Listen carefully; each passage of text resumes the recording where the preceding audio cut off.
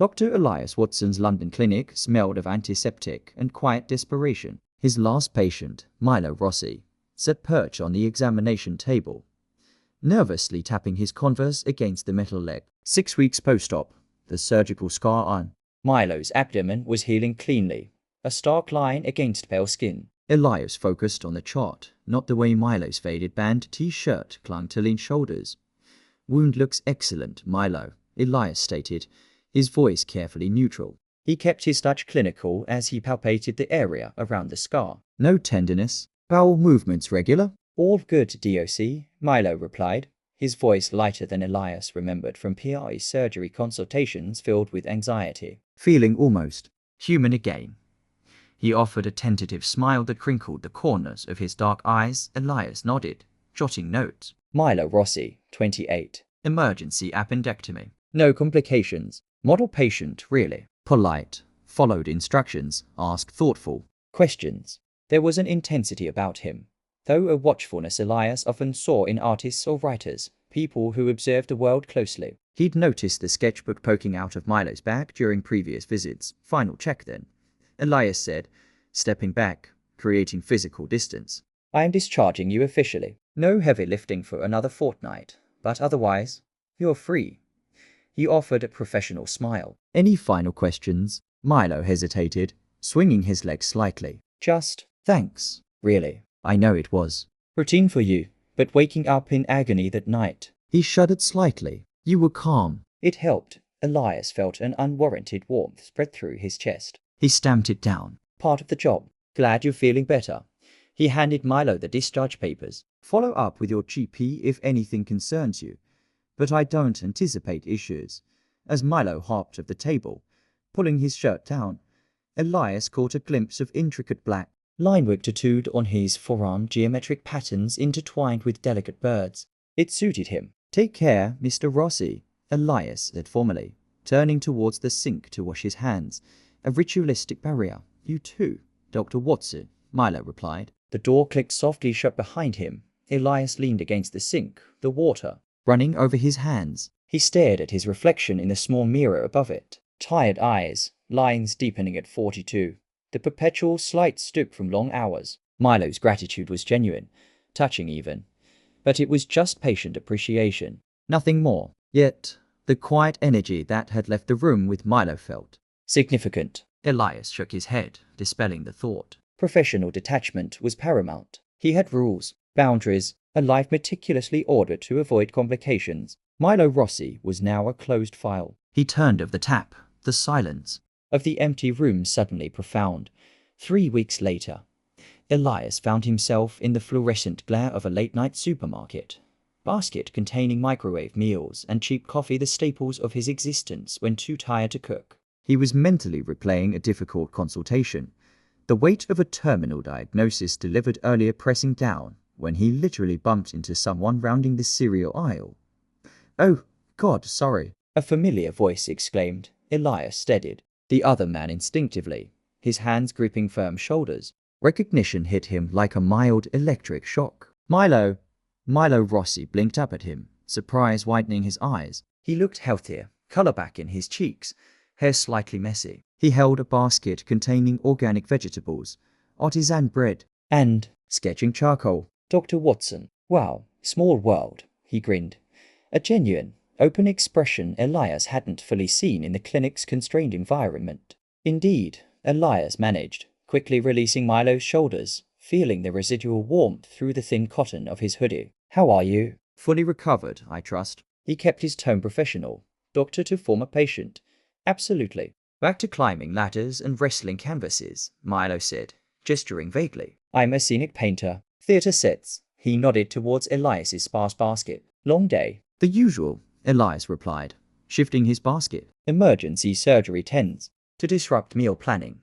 He felt oddly exposed under Milo's attentive gaze. "Tell me about it." "Rehearsals run late. Suddenly it's PM and you're foraging." Milo's smile was easy. "I'm glad I ran into you. Properly, I mean. Wanted to say thanks again." "Properly." "Without the paper gown." He laughed, a warm, slightly self-deprecating sound. Elias found himself smiling back, genuinely. "The paper gown isn't anyone's best look, but thanks aren't necessary." Seeing patients recover well is thanks enough. It sounded stiff, rehearsed. Milo's expression softened. Still, it meant something. You were kind when I was scared. He held Elias's gaze for a beat longer than felt strictly casual. Well, he cleared his throat, breaking the moment. I won't keep you from your gourmet feast. He nodded at the microwave meals. Elias felt a ridiculous pang of embarrassment about his dinner choices. Right. Good to see you looking so well, Milo. He used the first name deliberately this time. A subtle shift, you too, Doctor, Milo replied. Take care. He moved past Elias down the aisle. Elias watched him go for a second. The confident set of his shoulders, the way his jeans fit. He shook his head sharply. Former patient. Boundaries, Watson. He grabbed the nearest box of cereal, not even looking at it, and headed for the checkout. The image of Milo's easy smile lingering, a stark contrast to the sterile loneliness of his impending microwave meal. Months passed. London shifted from damp autumn to biting winter. Elias buried himself in work, the encounter with Milo fading to a peculiar, slightly unsettling memory. Then, an invitation arrived, slipped under his clinic door in a crisp white envelope. Private view. Urban Echo's new works by Milo received Foundry Gallery. Shoreditch. Friday, 7 p.m. Elias stared at the elegant script. Milo Rossi. The name sent an unexpected jolt through him. How had Milo known where to find him? A quick check of the clinic directory. It felt deliberate, intrusive, or flattering. He shouldn't go. It blurred lines. He had no business in his former patient's personal life. Yet, curiosity burned the scenic painter creating his own work. What did Urban Echoes look like? The sketchbook he'd glimpsed. Friday night found Elias navigating the crowded, trendy gallery in Shoreditch, feeling distinctly out of place in his dark suit amidst ripped jeans and statement glasses. The air buzzed with chatter and the clink of wine glasses. Then he saw them. Large canvases dominated the white walls. Not theatre backdrops, but powerful, evocative cityscapes. Tower blocks rendered in moody greys and blues, fractured by unexpected bursts of warm gold light from windows. Reflections in rain-slicked streets creating abstract, dreamlike doubles of the urban chaos above. They were technically impressive, but also deeply emotional, capturing London's isolating grandeur and hidden pockets of warmth. He's talented, Elias thought, genuinely impressed. He spotted Milo near a particularly striking piece depicting the Thames at dusk. Milo was animated, talking to a small group, gesturing passionately. He wore dark, fitted trousers and a deep, green sweater that brought out the warmth in his eyes. He looked confident, alive, utterly different from the vulnerable patient or the surprised man in the supermarket. As the group moved on, Milo's gaze swept the room and landed on Elias. Surprise flickered, then a slow, warm smile spread across his face. He excused himself and walked over. Dr. Watson, Milo said, his voice warm with genuine pleasure. You came up close. Elias caught the faint scent of turpentine and cedar beneath Milo's cologne. I was intrigued by the invitation, Elias admitted, feeling his professional mask firmly in place despite the sudden acceleration of his pulse. Your work is remarkable, Milo. Truly, thank you, Milo replied, his eyes searching Elias's face. That means a lot, especially coming from you. He gestured towards the Thames painting. It's about layers, what's visible, what's hidden beneath the surface. Reflections, echoes, like the human body, Elias found himself saying. Surprising. Himself, surface symptoms, deeper causes. Milo's smile deepened. Exactly. See, not so different. Our fields. He took a step closer, lowering his voice slightly. Look, I know this is unorthodox, me inviting you. But after the supermarket, I wanted you to see this. See me, not just the guy on the table. Elias felt the carefully maintained boundary tremble. Milo, he began, caution threading his voice. I know, Milo interrupted gently, holding up a hand. Doctor-patient thing. Boundaries, I get it, truly. But he met Elias's gaze directly, his dark eyes serious, vulnerable again for a fleeting second. I'm not your patient anymore, haven't been for months, and I find you interesting. Elias Watson, he used his first name deliberately. A mirror to the supermarket, the sound of his first name on Milo's lips sent a shiver down Elias's spine. The gallery noise faded. The line felt perilously thin. This is complicated, Elias stated, the words feeling inadequate. Life usually is, Milo replied softly, his gaze unwavering. I'm not asking for anything but your presence tonight. Just see the art, see me. He held out a glass of wine he'd snagged from a passing tray. Stay. Elias looked from the offered glass to Milo's expectant, hopeful face, then back to the powerful, layered cityscape on the wall. The professional in him screamed to leave. The man who'd felt a spark in a supermarket aisle. The man intrigued by the depth in the paintings and the intensity in the artist's eyes hesitated. He took the glass. For a little while, he conceded, the boundary not crossed, but undeniably blurred.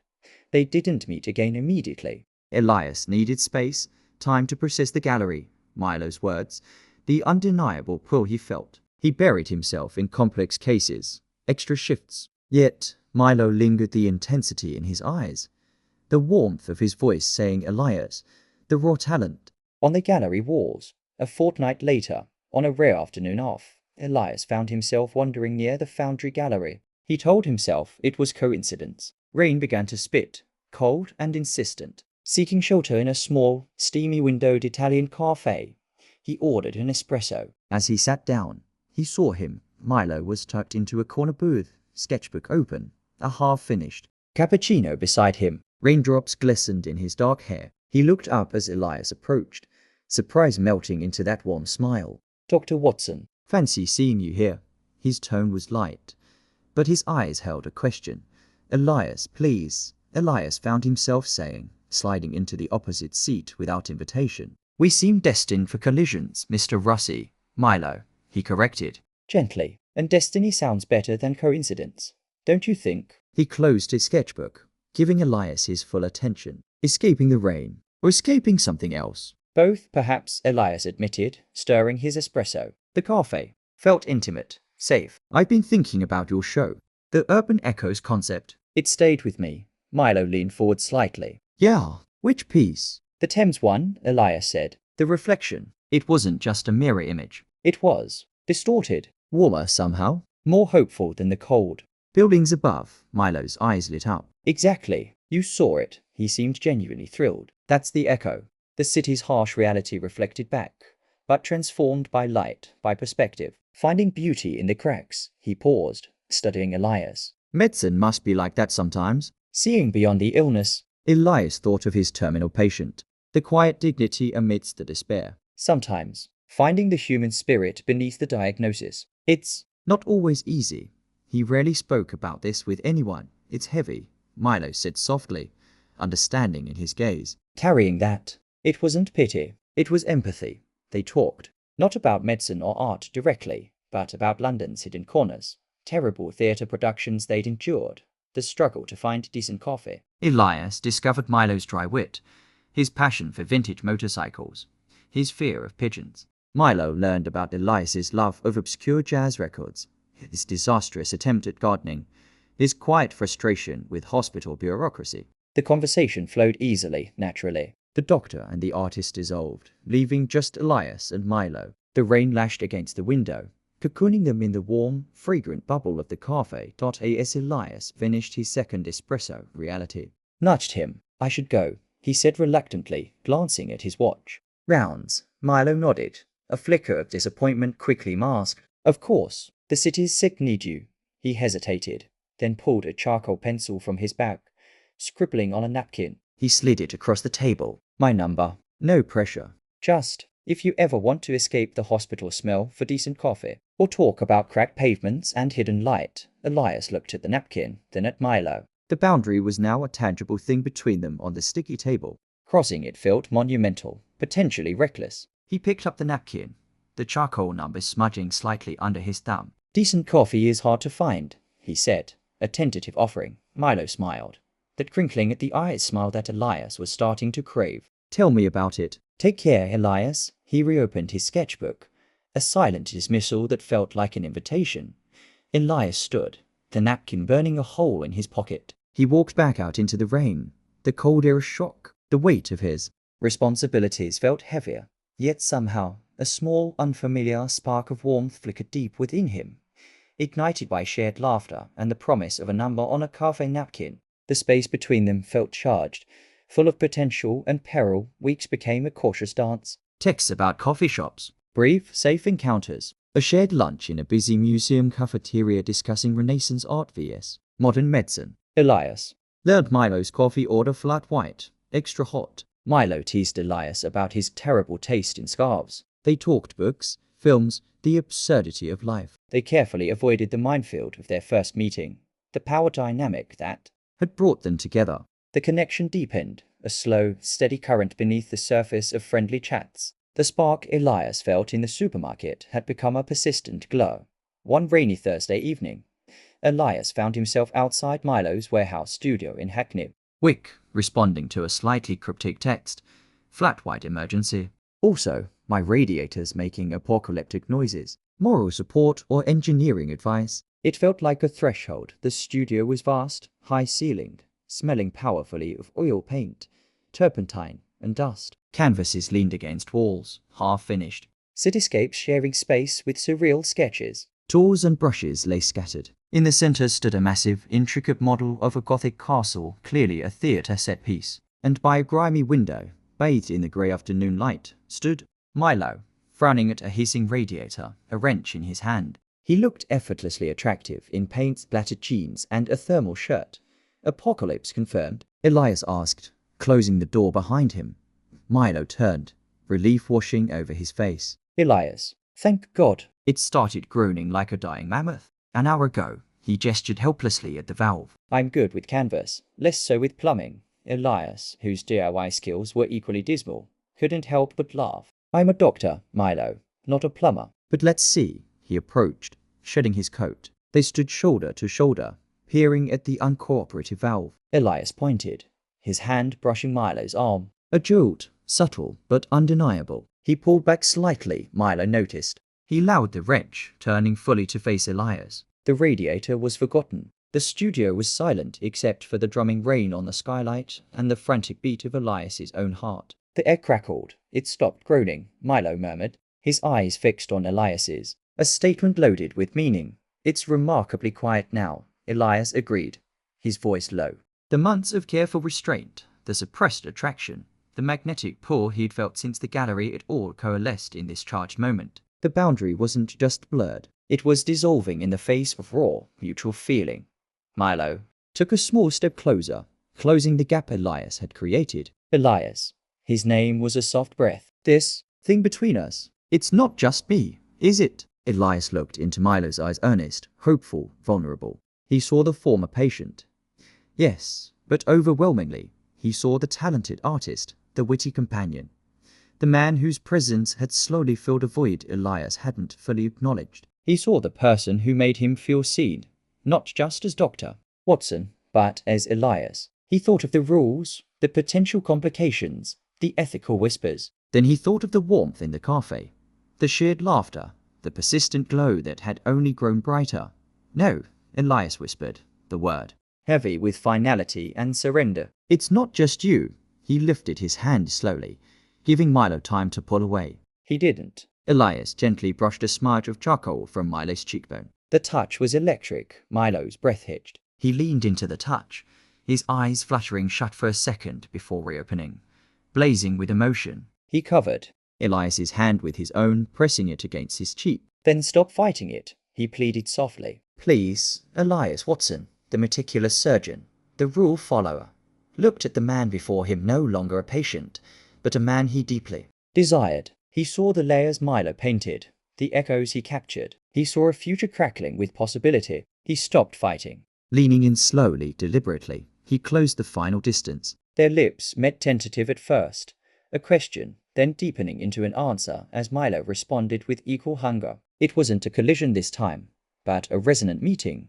an echo, finally finding its source sound. The rain hammered down outside, sealing them in their own private world, where the past was acknowledged but no longer defined them. And the only boundary that mattered was the one they were crossing together, hand in hand. Enjoyed the story? Leave a like to let me know. What part hit you the hardest? Tell me in the comments. I love hearing from you. Hit subscribe for new stories every day. Your views, likes, and subs keep this channel going.